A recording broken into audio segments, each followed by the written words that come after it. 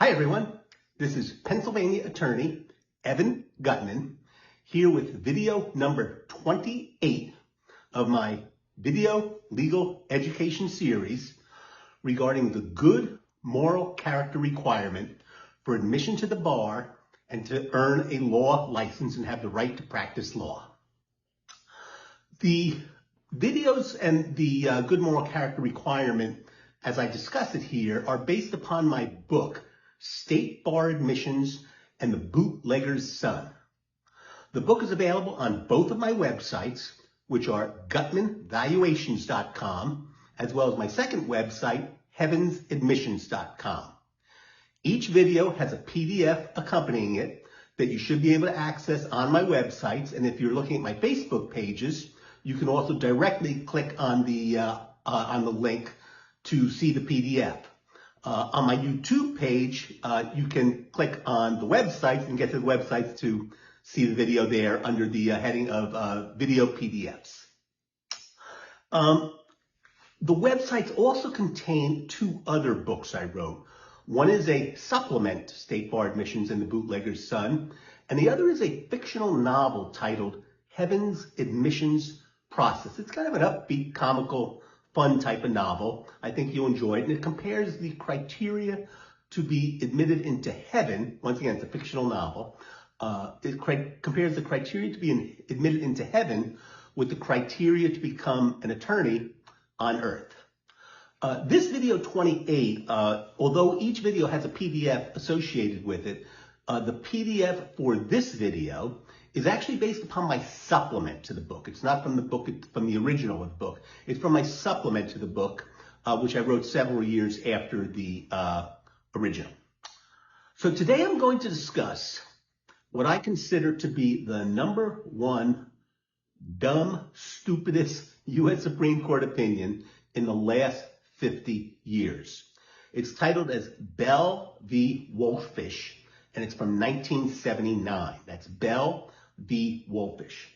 And it addresses what constitutes cruel and unusual punishment pursuant to the 8th Amendment of the Constitution, as well as what constitutes a violation of the Due Process Clause under the 5th Amendment to the Constitution with regards to overly harsh prison conditions for a pre-trial detainee, not for someone who's been convicted and sentenced to spend time in prison, but instead for someone who is awaiting their trial, who has not yet been convicted. What type of conditions are considered harsh and unconstitutional for them? Now, Bell v. WOLFISH came out in 1979. It's still considered, quote, good law today. And when I use the term good, that means it's effective today. It doesn't mean it's good, because it's not good. Actually, the term good, in my view, with respect to this opinion, good law means crap. It's a horrible opinion. Although the dissent written by Justice John Marshall is one of the best dissents I've ever read, written by any U.S. Supreme Court justice ever.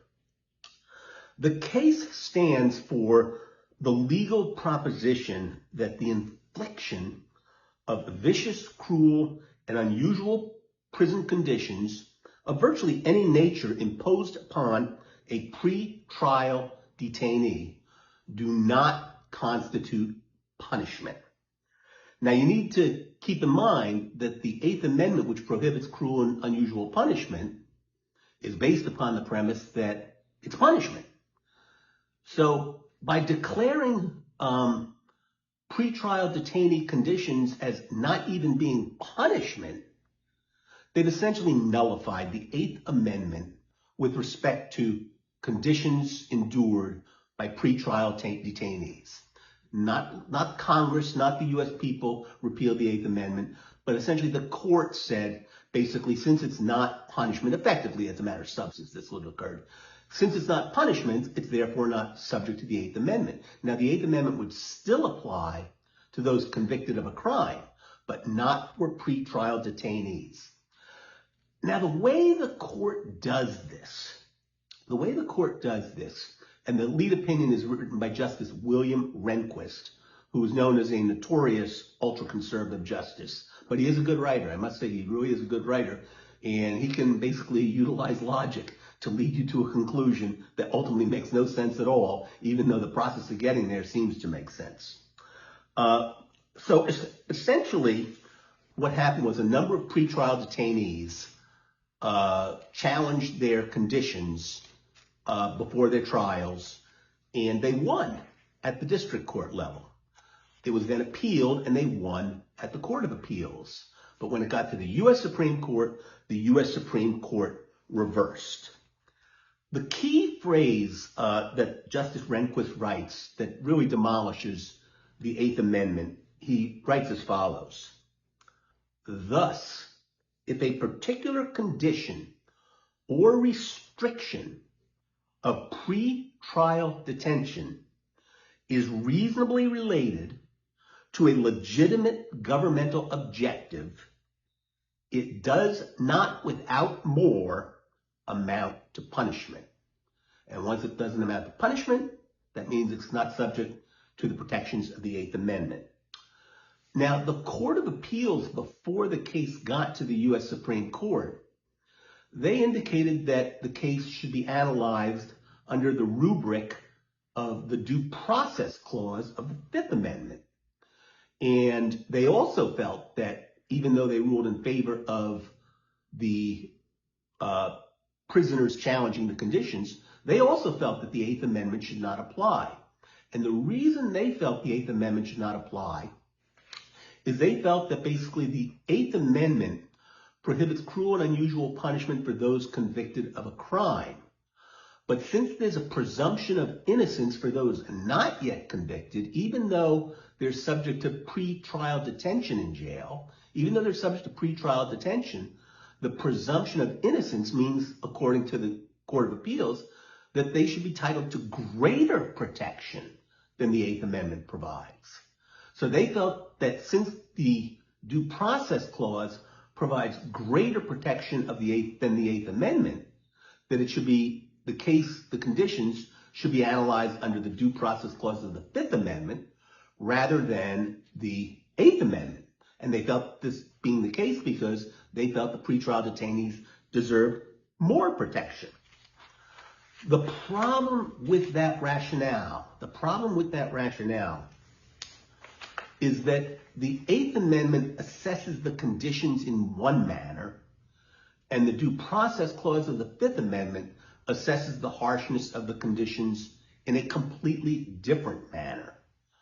So what happens is that, contrary to what the Court of Appeals said, and contrary to what the U.S. Supreme Court says, the fact of the matter is numerous critics, including myself, have come to the conclusion that the Due Process Clause doesn't always result in more protection for the pretrial detainee. Sometimes it can result in less protection. The reason is as follows. The Eighth Amendment, in assessing a prison condition and the harshness of it, focuses on whether the prison officials have a, quote, deliberate indifference to the harshness of the condition. So if they have a deliberate indifference to the overly harsh condition, then the condition is unconstitutional under the Eighth Amendment. In contrast to that standard, the Due Process Clause doesn't really focus on whether the prison officials have, have a deliberate indifference.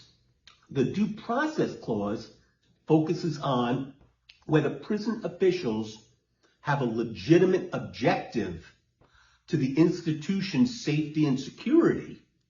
And if they have a legitimate objective based upon their subjective intent, the Due Process Clause indicates that the harshness of the prison condition, as long as there's a legitimate government objective, is constitutional. So this means that in some cases, the Due Process Clause does result in greater protection to the pretrial detainee, and sometimes it doesn't. Sometimes the Due Process Clause will result in the condition being acceptable and constitutional, whereas the Eighth Amendment would result in it being unconstitutional. So in my view, as well as most critics of the opinion, and it's a horrible opinion, in my view, as well as most critics, they shouldn't remove the harshness of the condition from Eighth Amendment scrutiny at all.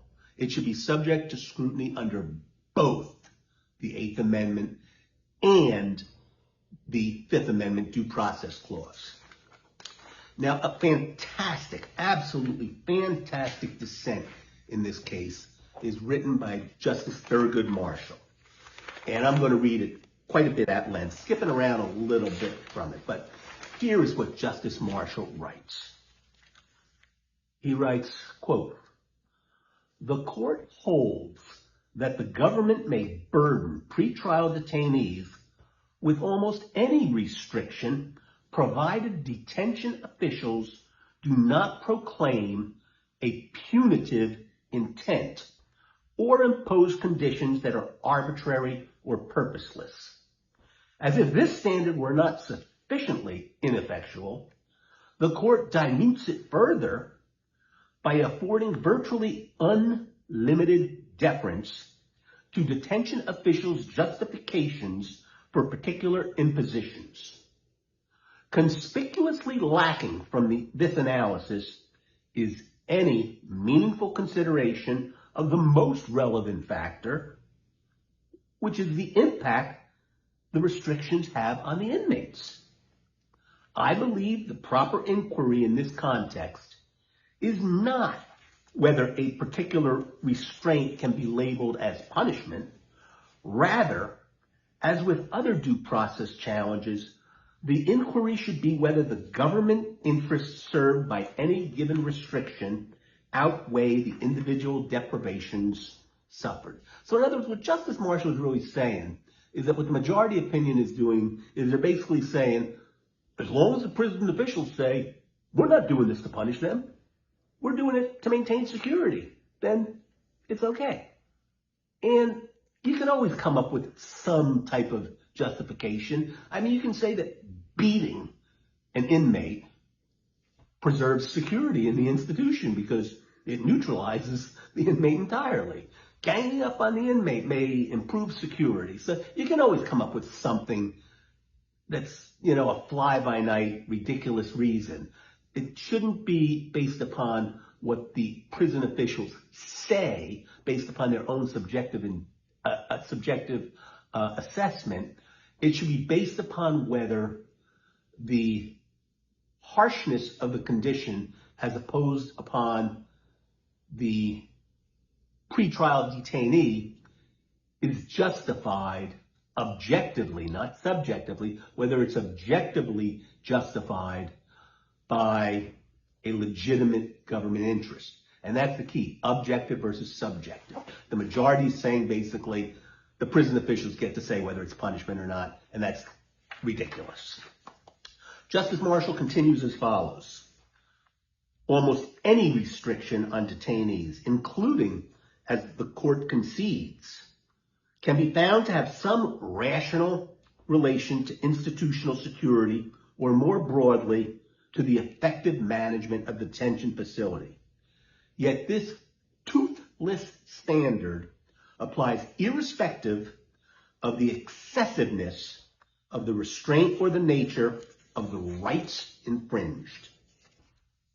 In my view, the body cavity searches of inmates represent one of the most grievous offenses against personal dignity and common decency. After every contact visit with someone from outside the facility, including defense attorneys, an inmate must remove all of his or her clothing, bend over, spread the buttocks, and display the anal cavity for inspection by a correctional officer. Women inmates must assume a suitable position for vaginal inspection. There's another dissent in the case, also in addition to Justice Marshall, which is written by Justice Stevens and Brennan. And they write in dissent as follows. The court concludes that enforcement of the challenged restrictions does not constitute punishment because there is no showing of a subjective intent to punish. The court's intent test ensures the individual the protection, nor, I gotta put that nor in it, skipped a little too much, nor does the court's intent test ensure the individual the protection that the Constitution guarantees. For the court seems to use the term intent to mean the subjective intent of the jail administrator. This emphasis can only encourage hypocrisy and unconscious self-deception. So that's my spiel on Bell v. WOLFISH, which in my view is the worst U.S. Supreme Court opinion in the last 50 years. I won't say it's the worst U.S. Supreme Court opinion necessarily ever, because in the late 1850s, the U.S. Supreme Court was the direct and proximate causation for the United States Civil War when they ruled in the Dred Scott case that black individuals literally were not even people, thereby causing the Civil War. But in the last 50 years, I think it's Bell v. WOLFISH. So anyway, I hope you found this interesting, and we'll get to the final video, actually. I got one more video to go.